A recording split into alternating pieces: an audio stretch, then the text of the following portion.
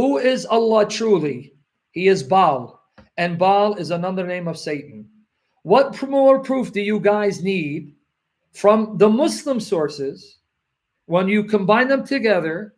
His last straw. So Islam is nothing more than revamped Baal worship, and Baal was the chief competitor to Jehovah, and he's still the chief competitor to Jehovah under the guise of Islam.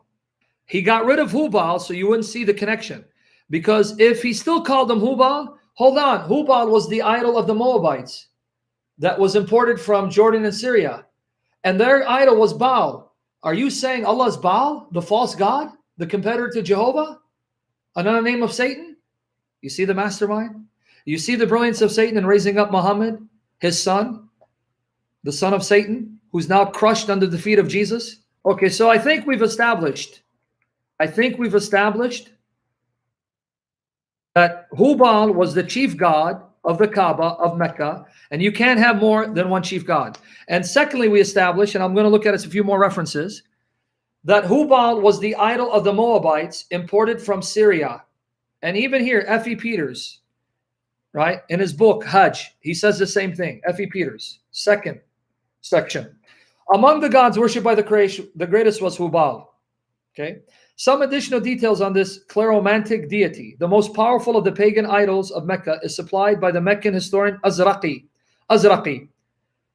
This Muslim historian says, Amr ibn Luhay, pay attention, where does this come from?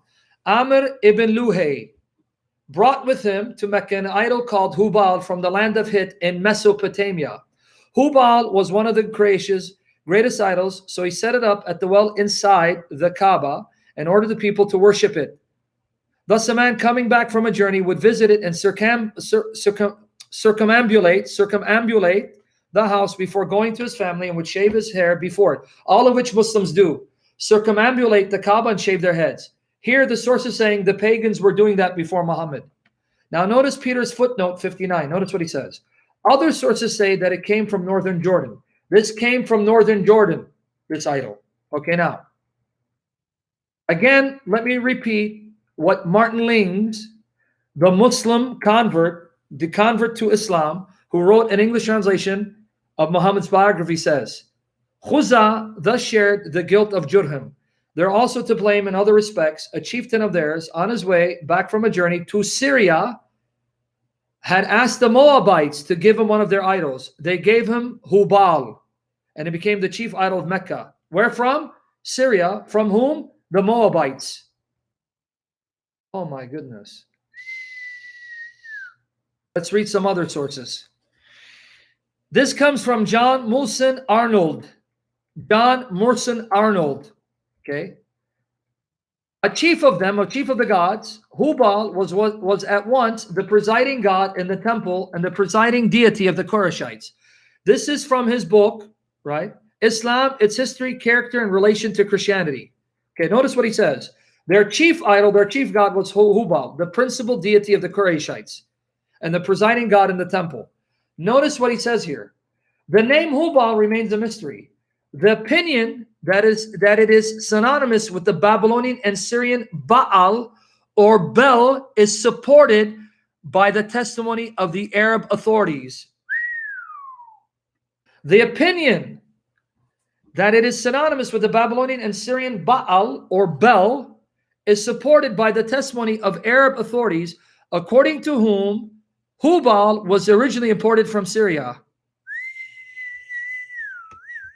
And then he says at the end, again, when misstated by Abul Fida that the image of Abraham occupied the chief in the Kaaba and that he was represented by Hubal, we may take it for granted that Hubal had a double character, like Baal was both the founder of the Babylonian Empire and the solar deity. Oh my goodness. Let me look for other references. Okay.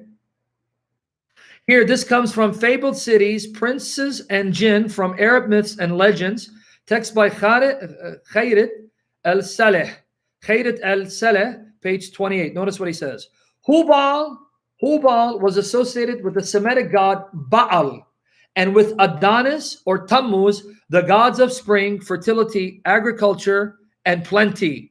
Hubal's idol was used to stand by the holy well inside the sacred house. What? What did this source say? What did this source say?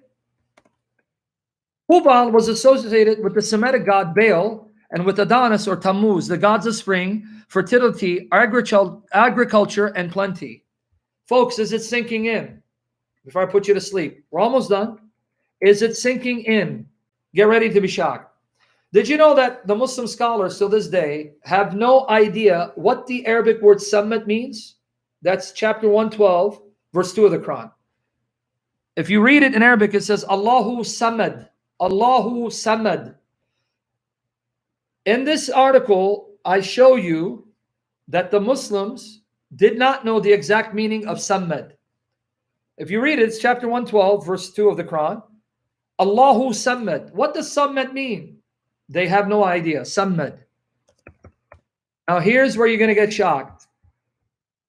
If Hubal was actually Baal, pay attention. Hubal was actually Baal, and the Arab pagans knew that was Baal. But in time, the connection became lost and marred by Muslims, by Muhammad and his followers, because they didn't want Allah to be identified with Baal. Then it shouldn't surprise us that certain words connected with Baal worship,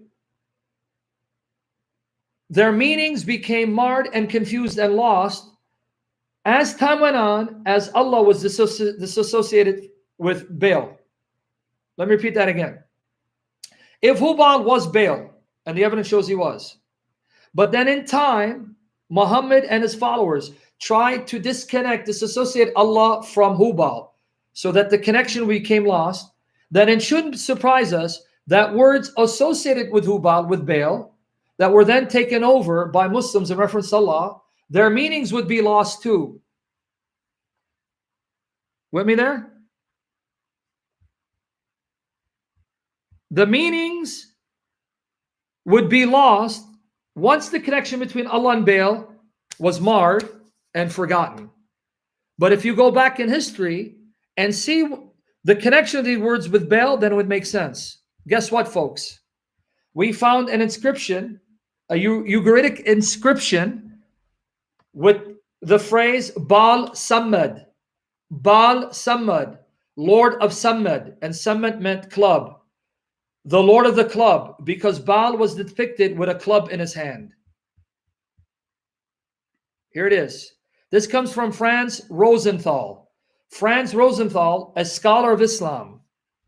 And he's talking about the Muslims being confused over the word Samad.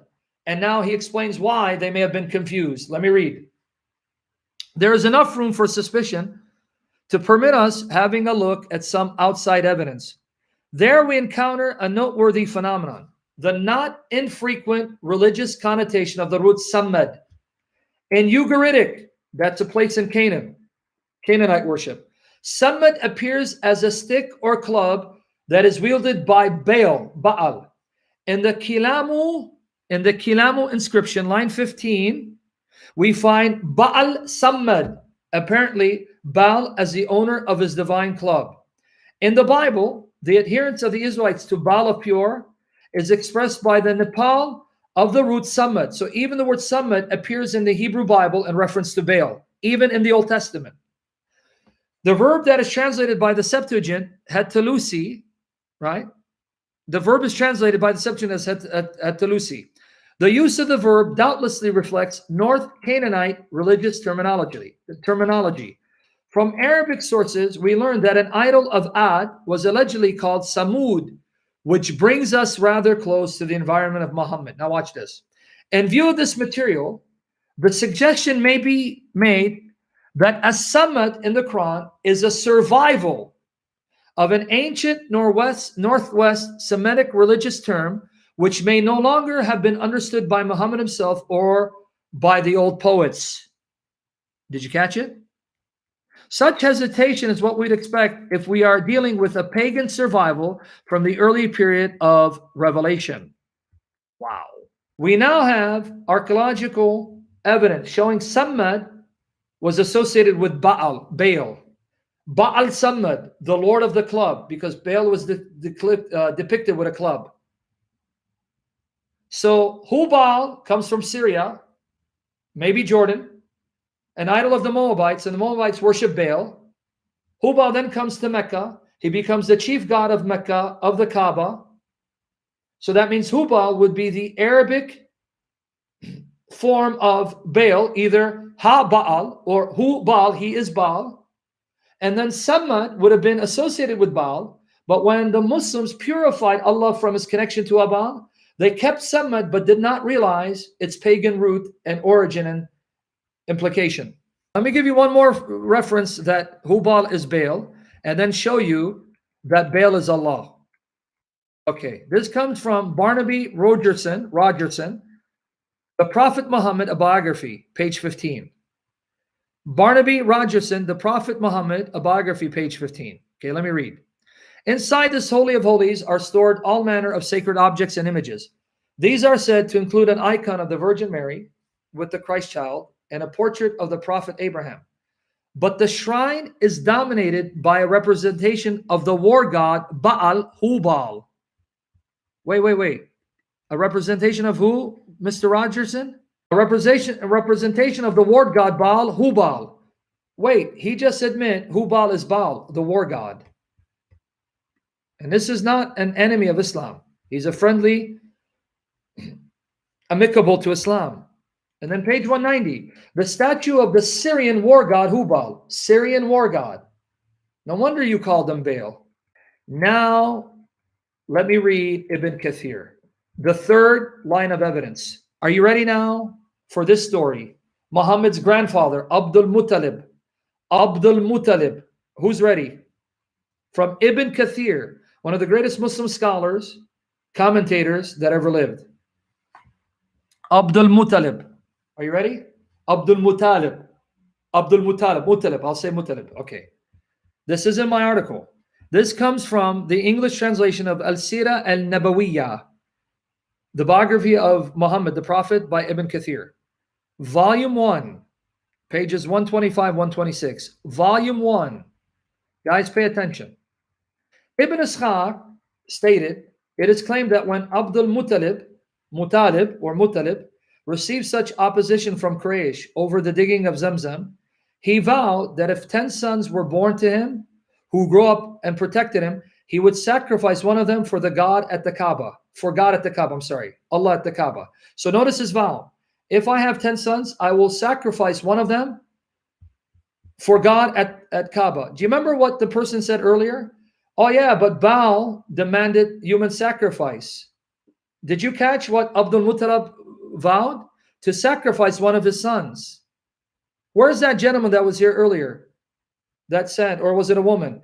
Oh yeah, but Baal demanded human sacrifice. Did you just catch it? Abdul Muttalib promised that if Allah gave him 10 sons, he would sacrifice one of his sons, a human sacrifice to Allah. Baal demanded human sacrifice.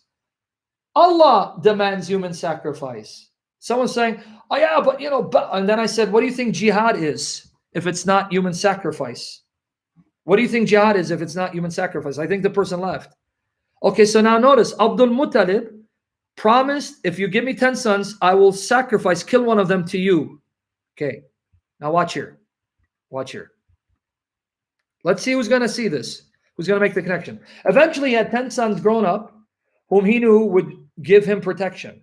Their names were Al-Harith, Al-Zubair, Hajl, Dirar, Al-Muqawwim, Abu Lahib, Al-Abbas, Hamza, Abu Talib, and Abdullah. He assembled them. Let's see who's going to catch this. He assembled them and told them of his vow and asked them to honor his pledge to God Almighty, Allah Azwajal, and all glorious is He. This is in Arabic, it's Allah. God in English, but Arabic, Allah. So he vowed to Allah. Okay. They obeyed and asked him what he wanted them to do. He asked each of them to take an arrow, write his name on it, and return to him. Now watch this. Remember, he's going to go to Allah and sacrifice. Allah. They did so and went with him inside the Kaaba to the site of their god Hubal, where there was the well in which offerings to the Kaaba would be placed. There, near Hubal, were 7 arrows which they would use for divining a judgment over some matter of consequence, a question of blood money, kinship, or the like. They would come to Hubal to seek a resolution, accepting whatever they were ordered to do or to refrain from. Guys, can you help me understand? He made the vow to Allah. Why is he going to the idol Hubal? And why did Ibn Kathir say this was their god Hubal? And why is he asking Hubal whether he can get out of sacrificing one of his sons? If you made the vow to Allah, why are you going to the idol Hubal? And why did Ibn Kathir say that's your god? The god of Muhammad's family, the god of his grandfather, and his father was Hubal. It goes on to say that the lot fell on Abdullah, Muhammad's father. So Hubal wanted Abdullah to be killed, right? But then the Quraysh say, no, don't kill him.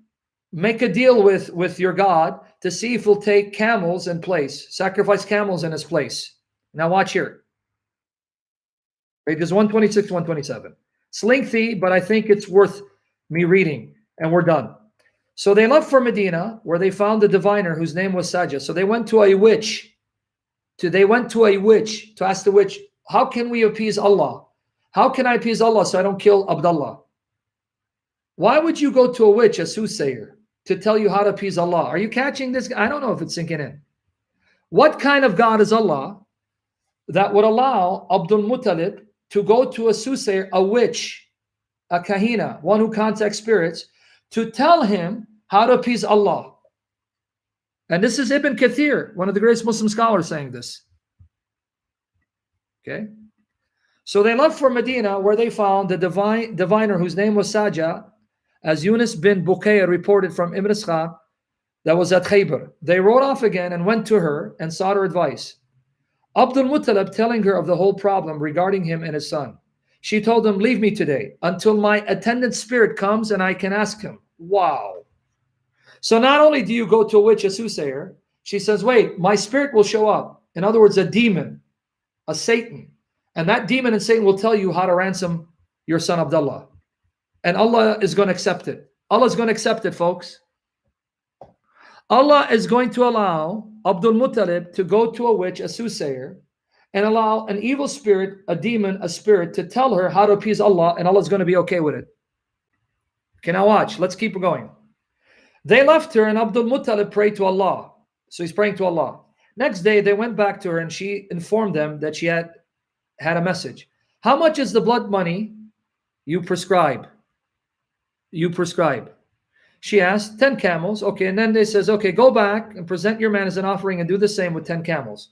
Then cast arrows to decide between him and them. If the divining arrows point to him, then add to the number of camels until your God is satisfied. Keep doing this deafening of arrows until it points to the camels, not your son.